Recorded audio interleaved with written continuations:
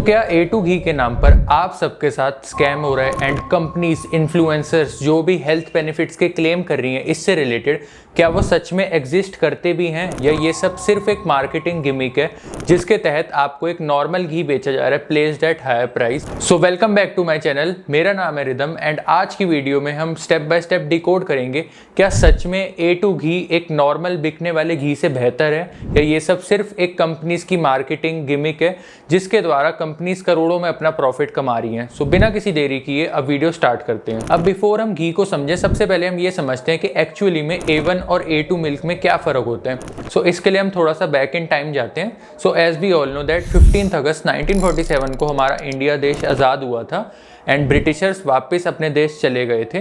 But Britishers तो चले गए बट अपनी छाप छोड़ गए हमारे देश में, चाहे वो हमारे रेलवे नेटवर्क के सिस्टम में हो, चाहे हमारे इंफ्रास्ट्रक्चर में हो, चाहे हमारे एजुकेशन में हो, चाहे वो हमारे संविधान में हो। हमारी हर चीज़ वेस्ट से काफ़ी ज़्यादा इन्फ्लुएंस है। अब ये सब मैं क्यों डिस्कस कर रहा हूँ ये आपको थोड़ी देर में समझ आ जाएगा। देन 1947 के दशक के बाद 1970s का दशक आता है जिसमें इंडिया में नेशन वाइड जो मिल्क की डिमांड थी उस टाइम, उसे मीट करने के लिए जो सप्लाई थी वो काफ़ी कम थी, जिसकी वजह से इंडिया में नेशन वाइड लेवल पर मिल्क स्कैरसिटी हो गई थी, यानी मिल्क की शॉर्टेज हो गई थी। एंड इस डिमांड और सप्लाई के डिसरप्शन को मैनेज करने के लिए व्हाइट रेवोल्यूशन इंट्रोड्यूस करा गया, जिसमें बेसिकली जो डिस्ट्रीब्यूशन नेटवर्क थे, चैनल्स थे, उसमें ट्रांसपेरेंसी लाने की कोशिश करी गई एंड सिस्टम काफ़ी तरीके से सुधारा गया ताकि जो भी मिल्क की डिमांड है और सप्लाई है वो मीट कराई जा सके।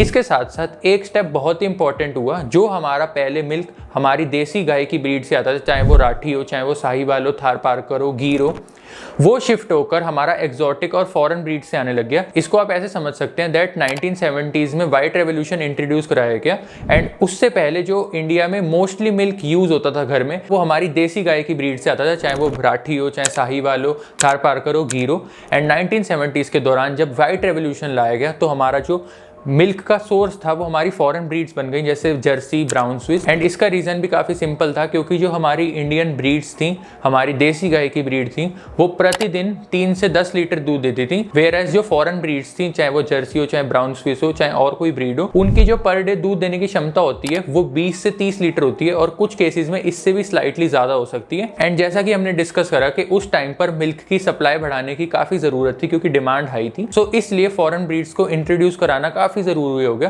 ताकि हम अपनी मिल्क की सप्लाई बढ़ा सकें। एंड इधर से ही सारी डिबेट चालू होती है A1 और A2 मिल्क में। बेसिकली जो 1970 से पहले दूध आता था, यानी जो हमारी देसी गाय दूध देती थी, वो देती थी A2 मिल्क। एंड 1970s के बाद क्योंकि हमारा मेजॉरिटी पोर्शन ऑफ दूध फॉरेन ब्रीड से आने लग गया तो वो दूध होता था A1।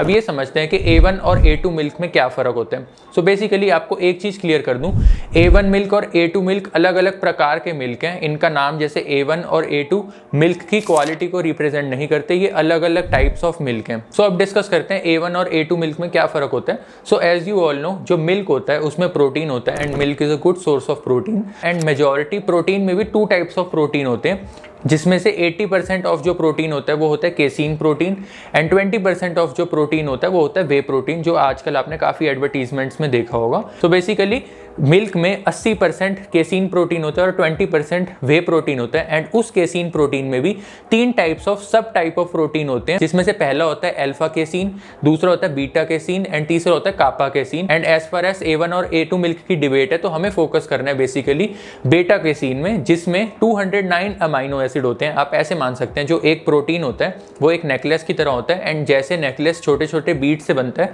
वैसे ही protein block chain of amino acid से बनता है। सो जो बेटा केसीन होता है केसीन प्रोटीन के अंदर वो 209 टोटल अमाइनो एसिड से बनता है एंड उसके अंदर 67th नंबर वाला जो अमाइनो एसिड होता है, अगर वो हिस्टाडीन है तो वो मिल्क A1 कैटेगरी में आ जाएगा एंड अगर वो प्रोलीन है तो वो मिल्क हो जाएगा A2 कैटेगरी में। अब इसे समराइज करें कि अभी तक हमने क्या समझा है, तो बेसिकली मिल्क होता है, मिल्क के अंदर प्रोटीन्स होते हैं एंड प्रोटीन के अंदर भी 2 मेजॉरिटी सब टाइप ऑफ प्रोटीन होता है जो मिल्क का प्रोटीन बनाते हैं, जिसमें से 80% केसीन प्रोटीन होता है एंड 20% वे प्रोटीन होता है। एंड उस 80% केसीन प्रोटीन के अंदर जो 30% ऑफ प्रोटीन होता है वो होता है बेटा कैसीन टाइप ऑफ प्रोटीन जिसमें 209 अमीनो एसिड की चेन होती है एंड 67th नंबर वाला जो अमीनो एसिड है अगर वो हिस्टाडीन है तो वो A1 मिल्क बना देता है एंड अगर वो प्रोलीन है तो वो A2 मिल्क बना देता है। सो अब ये तो बात हम समझ गए कि A1 मिल्क और A2 मिल्क में क्या फ़र्क होता है। अब समझते हैं A1 और A2 मिल्क पीने से हमारी बॉडी में क्या फ़र्क पड़ता है। सो बेसिकली अगर आप A1 मिल्क पीते हैं तो क्योंकि A1 मिल्क का जो प्रोटीन होता है उसमें 67th नंबर वाला अमीनो एसिड हिस्टाडीन है, तब जब वो मिल्क हमारे पेट में जाएगा डाइजेशन के लिए, क्योंकि वो 67th नंबर वाला अमीनो एसिड हिस्टाडीन है तो उसकी वजह से एक पेप्टाइड रिलीज होता है डाइजेशन के टाइम जिसको हम कहते हैं BCM7, जिसकी वजह से स्लाइटली आपकी जो डाइजेशन है वो स्लो हो जाती है। एंड उसकी वजह से कुछ रिपोर्ट्स ने ये फाउंड करा कि सम ग्रुप ऑफ पीपल में जिनको थोड़ी बहुत मिल्क सेंसिटिविटी है उनके केस में ब्लोटिंग और गैस के इशू देखे गए। Whereas on the other hand जब A2 मिल्क आप पिएंगे तो क्योंकि उसका अमीनो एसिड जो 67th नंबर वाला है वो प्रोलीन है तो वो इतना इंटैक्ट रहता है डाइजेशन के टाइम, तो जो BCM होता है वो काफ़ी कम क्वांटिटी में रिलीज होता है या वो रिलीज ही नहीं होता। एंड क्योंकि BCM7 ना के बराबर क्वांटिटी में रिलीज होता है तो जिसकी वजह से डाइजेशन स्लो नहीं होता एंड ब्लोटिंग एंड गैस के इशू कुछ लोगों के केसेस में नहीं देखे गए। एंड इसके अलावा कुछ छोटी मोटी स्टडीज़ ने ये भी फाउंड करा कि जो A1 मिल्क पीने वाले लोग हैं उनमें टाइप 1 डायबिटीज़ हायर साइड पर देखी गई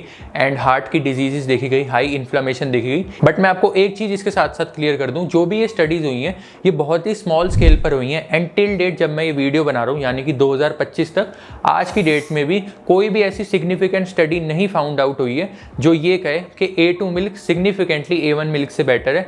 जो छोटी मोटी स्टडीज़ हुई हैं या तो उन्होंने ये रिवील करा है कि A2 मिल्क स्लाइटली बेटर है और डाइजेशन में स्लाइटली ज़्यादा हेल्प करता है, एंड जो इसके अलावा कुछ और स्टडीज़ हुई हैं छोटी मोटी उन्होंने ये रिवील करा कि A1 मिल्क और A2 मिल्क में एज सच कोई भी डिफरेंस नहीं देखा गया। तो बेसिकली इन अ नटशेल हम ये मान सकते हैं आज की डेट तक हमारे पास साइंस के हिसाब से कोई भी ऐसी सिग्निफिकेंट स्टडी नहीं है जो ये बोले कि A1 मिल्क A2 मिल्क से इंफीरियर है या A1 मिल्क पीने से इश्यूज आते हैं। अब इसके बाद हम बात करते हैं कौन से इंडिविजुअल्स A1 मिल्क को प्रेफर करना चाहिए एंड किन इंडिविजुअल्स को A2 मिल्क को। अगर आपको थोड़ी बहुत मिल्क से सेंसिटिविटी है एंड आपको ब्लोटिंग एंड हैवीनेस लगती है अगर मिल्क पीने के बाद तो बेसिकली आप A2 मिल्क पर शिफ्ट हो सकते हैं, क्योंकि इंडिया में या वर्ल्ड वाइड भी आज की डेट में जो मेजॉरिटी ऑफ दूध घर पे आता है वो A1 क्वालिटी ऑफ मिल्क ही है, यानी कि जो मिल्क आ रहा है उनका सोर्सेज फॉरेन ब्रीड्स हैं काऊ की। एंड चाहे गांव हो चाहे हमारे इंडिया के बड़े बड़े शहर हो, आज की डेट में majority of people A1 quality of milk he consume करें, चाहे वो पैकेट वाला हो चाहे किसी लोकल डेयरी से सोर्स करते हो। एंड A2 मिल्क क्योंकि हमारी इंडियन ब्रीड से आता है, काऊ ब्रीड से, जिनकी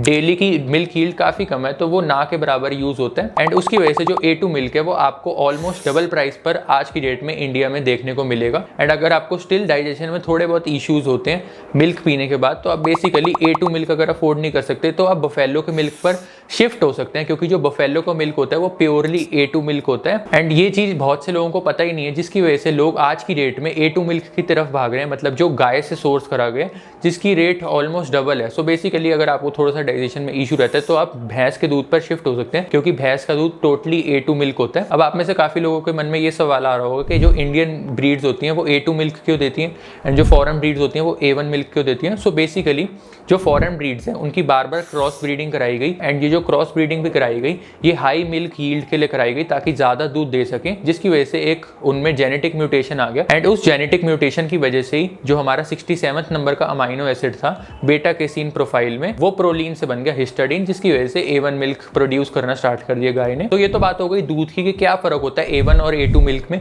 एंड क्या स्टडीज़ ने रिवील करा इन दोनों प्रोफाइल्स के बारे में। अब समझते हैं हम क्या जो घी है A2 घी है वो सच में A1 घी या नॉर्मल घी जो बिकता है उससे बेहतर है या ये सब सिर्फ एक मार्केटिंग गिमिक है। एंड घी के बारे में डायरेक्टली हम बात करें, सबसे पहले हम ये समझते हैं कि घी बनता कैसे है। एक्चुअली में जब एक दूध बॉयल होता है तो उसके ऊपर एक थिक लेयर ऑफ क्रीम आ जाती है एंड उस थिक लेयर ऑफ क्रीम से पहले बटर बनता है एंड उस बटर को गर्म करके घी बनता है। एंड इसके अलावा घी बनाने का एक और तरीका होता है जो कि बेलोना मेथड होता है, जिसमें पहले दूध को गर्म करा जाता है एंड फिर दही जमाया जाता है एंड फिर उस दही में बेलोना चलाया जाता है, जिसकी वजह से हमारी क्रीम अलग हो जाती है, यानी कि दूध का फैट अलग हो जाता है एंड फिर उससे घी बनाया जाता है गर्म करके। तो बेसिकली अब ये तो हमने समझ लिया कि एक्चुअली में घी बनाने का प्रोसेस क्या है। अब इसी में आंसर लाया करता है क्या A2 घी नॉर्मल बिकने दिखने वाले घी से बेहतर है। सो अगर आपको ये समझ आ गया कि दूध के मलाई से यानी कि दूध के फैट से घी बनता है, तो अब ये सारी डिबेट ही एलिमिनेट हो जाती है A1 और A2 की, क्योंकि जब आप एक दूध से घी बनाते हैं तो घी 100% प्योरली फैट होता है। एंड जो भी ये A1 और A2 की डिबेट होती है ये मिल्क के प्रोटीन तक रिस्ट्रिक्टेड होती है। एंड क्योंकि घी पूरा 100% फैट होता है, तो जब घी बनता है तो वो नॉर्मल घी होता है, ना तो वो A1 होता है ना वो A2 होता है, क्योंकि जो A1 और A2 हैं वो टाइप ऑफ प्रोटीन से डिफर करते हैं। एंड जो घी होता है वो 100% फैट होता है, जिसमें प्रोटीन के ट्रेसेस ना के बराबर होते हैं। सो बेसिकली जो भी ये कंपनीज आजकल बड़े बड़े क्लेम्स कर रही हैं A2 घी के नाम पर कि A2 घी में ज़्यादा बेनिफिट है, A2 घी A2 मिल्क से बन रहा है तो it is something better. So basically जो ये सारे क्लेम्स कंपनी कर रही हैं ये सारे एक मार्केटिंग गिमिक है। एंड कंपनीज आपको एक प्रीमियम प्रोडक्ट बेच रही हैं एंड बहुत से लोग उसे खरीद भी रहे हैं। एंड मेरा कंसर्न ये नहीं है कि लोग एक हाई क्वालिटी प्रोडक्ट ना खरीदें, बेशक खरीदें, बट जिस हिसाब से कंपनीज उसे हेल्थ बेनिफिट्स का हवाला देके क्लेम कर रही हैं सो वो पूरे ही फेक हैं। क्योंकि घी 100% फैट होता है तो घी में A1 और A2 जैसी चीज कोई एग्जिस्ट ही नहीं करती। एंड मैं इस चीज से डिनाई नहीं कर रहा कि जो A2 घी है वो बिल्कुल A2 मिल्क से ही बना रहे होंगे, बट जिस हिसाब से वो उसे क्लेम कर रहे हैं वो टोटली रॉन्ग है। एंड उसको नाम देना A2 घी वो भी टोटली रॉन्ग है, क्योंकि घी में A1 और A2 जैसी कोई चीज ही नहीं होती। घी इज 100% फैट एंड A1 और A2 की डिबेट जैसा कि हमने बात करी वो सिर्फ प्रोटीन तक रिस्ट्रिक्टेड है। प्रोटीन के अलावा एक दूध नॉर्मल दूध ही है, वो A1 और A2 है ही नहीं। एंड घी में तो 100% फैट है, तो ये सारी डिबेट एलिमिनेट वैसे ही हो जाती है। ऑल्दो इस टॉपिक पर भी छोटी मोटी रिसर्चेज हुई हैं जिन्होंने ये फाउंड करा है कि जो A2 घी है, मतलब जो A2 गाय के दूध से निकला हुआ घी है, वो स्लाइटली ज़्यादा न्यूट्रिशनल वैल्यू होल्ड करता है एक नॉर्मल घी से। बट अगेन जो ये स्टडीज़ हैं काफ़ी कम नंबर ऑफ पीपल पे करी गई है। एंड जो ये स्टडीज़ भी है इन्होंने जो न्यूट्रिशनल वैल्यू में डिफरेंस बताया वो भी काफ़ी स्लाइटली बताया। तो जो ये सारी डिबेट है ये सिर्फ मार्केटिंग गिमिक हो रही है। एंड अगर आपको स्टिल A2 घी कंज्यूम करना है तो आप भैंस के घी की तरफ जा सकते हैं। आज की डेट में बहुत से जो मॉडर्न ब्रांड्स हैं उन्होंने भी भैंस का घी निकाल दिया है A2 घी के नाम से ही, तो आप भैंस का घी ले सकते हैं। ऑल्दो ये भी एक चीज़ सत्य है कि घी ना A1 होता है ना A2 होता है, बट स्टिल अगर कोई फिर भी बिलीव करता है कि स्लाइटली बेटर मेरे को फील होता है A2 घी कंज्यूम करने से, सो आप भैंस के घी पे शिफ्ट हो सकते हैं। एंड जो नॉर्मल घी है वो आपको समवॉट अराउंड 500 से 600 रुपये के बीच में मिल जाएगा। ऑन द अदर हैंड जो भैंस का घी है वो आपको 700 से 850 के बीच में मिल जाएगा। एंड इससे पॉकेट पर भी कोई ज़्यादा फर्क नहीं आएगा। एंड आपको जो भी थोड़ा बहुत डिस्कम्फर्ट होता है नॉर्मल घी खाने से वो भी आपकी चीज़ रिजॉल्व हो जाएगी। एंड मेरा यही कंसर्न है, अगर किसी पर्सन को A2 घी चाहिए तो वो बिल्कुल ले, गुड क्वालिटी ऑफ प्रोडक्ट ले, ज़्यादा प्रीमियम प्राइस भी पे करना पड़ेगा तो करे, बट हेल्थ बेनिफिट सोच के मत ले। इसके अलावा जो भी ये घी के क्लेम्स करे जा रहे हैं ये सब फेक है एंड सिर्फ एक मार्केटिंग हो रही है। एंड इसके साथ साथ कंपनीज आज की डेट में लेवल भी इसी हिसाब से करते हैं कि A2 ghee, but that is not A2 ghee, that is ghee source from A2 milk. And इसमें भी कंपनीज एक फर्दर चीज़ें और ऐड करती हैं कि जो हमारा घी है वो बिलोना मेथड से निकला है। जैसे मैंने बताया कि दो तरीके से घी बनता है, एक दूध को गर्म करके उबाला दिलवा के ठंडा करके जो मलाई आती है उससे डायरेक्टली मक्खन बना के देन उसे गर्म करके घी बनता है। एंड दूसरा मेथड होता है बिलोना मेथड, जिसमें आप पहले दही जमाते हैं देन दही में बिलोना चलाते हैं एंड बिलोना चलाने की वजह से फैट अलग हो जाता है, यानी कि मक्खन अलग हो जाता है एंड उसको गर्म करके घी बनाते हैं। सो बेसिकली आजकल ये भी मिस इन्फॉर्मेशन फैलाई जा रही है कि जो बिलोना मेथड से निकला हुआ घी है, डजेंट मैटर वो A1 है या A2 है, वो स्लाइटली ज़्यादा न्यूट्रिशनल वैल्यू होल्ड करता है एंड वो ज़्यादा बेटर है। तो जो ये भी फैक्ट है बिल्कुल साइंस बैक नहीं है। जो वो मलाई होती है, जो फैट होता है, वो क्योंकि दही से एक्सट्रैक्टेड होता है तो उसमें स्लाइटली प्रोबायोटिक्स की मात्रा ज्यादा होती है एक क्रीम मेथड से निकले हुए घी से, बट जो प्रोबायोटिक की मात्रा ज्यादा होती है वो सिर्फ मक्खन में होती है। जैसे ही वो मक्खन गर्म होकर घी बनता है तो क्योंकि घी हाई टेम्परेचर पर बनता है तो वो जो भी प्रोबायोटिक्स की मात्रा होती है वो मर जाती है इतने हाई टेम्परेचर पे जाने की वजह से। सो यहाँ भी कंपनीज के जो बड़े बड़े क्लेम्स होते हैं ये भी कोई साइंस बैक नहीं है कि जो बिलोना मेथड से घी निकला है, डजंट मैटर A1 या A2, वो स्लाइटली बेटर है एक नॉर्मल इंडस्ट्रियल क्रीम से जो घी निकाला जाता है। दोनों मेथड्स में एज सच कोई भी डिफरेंस नहीं है। एंड क्योंकि कंज्यूमर्स को आज की डेट में इंफॉर्मेशन नहीं है, इसी चीज़ का कंपनीज फायदा उठाती हैं एंड किसी भी प्रोडक्ट को आज की डेट में हेल्थ का कह के बेच दो वो कंज्यूमर खरीद ही लेते हैं। डजंट मैटर वो 1000 का है, वो 2000 का है, 3000 का है, या उसके लिए एक्स्ट्रा प्रीमियम भी पे करना पड़े, आज की डेट में कंज्यूमर्स खरीदने के लिए रेडी हैं हेल्थ के नाम पर। एंड मेरा भी यही कंसर्न है, अगर कंपनीज उसे एक हाई क्वालिटी ऑफ प्रोडक्ट कह के बेचेंगी तो वो ज़्यादा ट्रांसपेरेंट होगा, बट कंपनीज हेल्थ बेनिफिट्स का जो भी क्लेम कर रही है वो सारे फेक हैं। एंड एक चीज़ और, अगर आपको रियलिटी में A1 और A2 में फ़र्क देखना है तो आप मिल्क में देख सकते हैं फिर भी, क्योंकि मिल्क जो होता है वो प्योरली A1 होता है या A2 होता है। एंड जो फॉरेन ब्रीड्स होती हैं वो A1 A2 दोनों टाइप का मिल्क देती हैं, यानी कि जो उनका मिल्क होता है वो मिक्स ऑफ बोथ A1 और A2 होता है। एंड जो इंडियन ब्रीड होती है, ऑथेंटिक इंडियन ब्रीड, चाहे वो गिर हो, साहिवाल हो, राठी हो, थार पारकर हो, इन सब का जो दूध होता है वो प्योरली A2 होता है। तो आपको अगर डिफरेंस देखना है न्यूट्रिशनल प्रोफाइल में और डाइजेशन में और इन सब चीज़ों में, तो आप वो दूध के माध्यम से देख सकते हैं। एंड A2 मिल्क में भी अगर आप गाय का दूध नहीं अफोर्ड कर सकते तो आप भैंस का दूध ले सकते हैं, जो कि आपको 70 से 80 रुपए किलो के हिसाब से मिल जाएगा। एंड कंपनीज जैसे अमूल वगैरह जिनका भैंस का दूध आता है, आजकल वो अपने लेवल पर भी लिखती हैं A2 मिल्क। तो अगर आपको थोड़े बहुत इश्यूज लगते हैं तो आप भैंस के दूध पर शिफ्ट हो सकते हैं। अगर आपकी पॉकेट इतना अलाउ नहीं करती कि आप गाय का दूध अफोर्ड करें A2 वाला, क्योंकि वो ऑलमोस्ट 100-150 रुपए प्रति किलो के हिसाब से मिलता है, तो आप आराम से भैंस का दूध पी सकते हैं विदाउट एनी इशू, क्योंकि भैंस का दूध A2 होता है।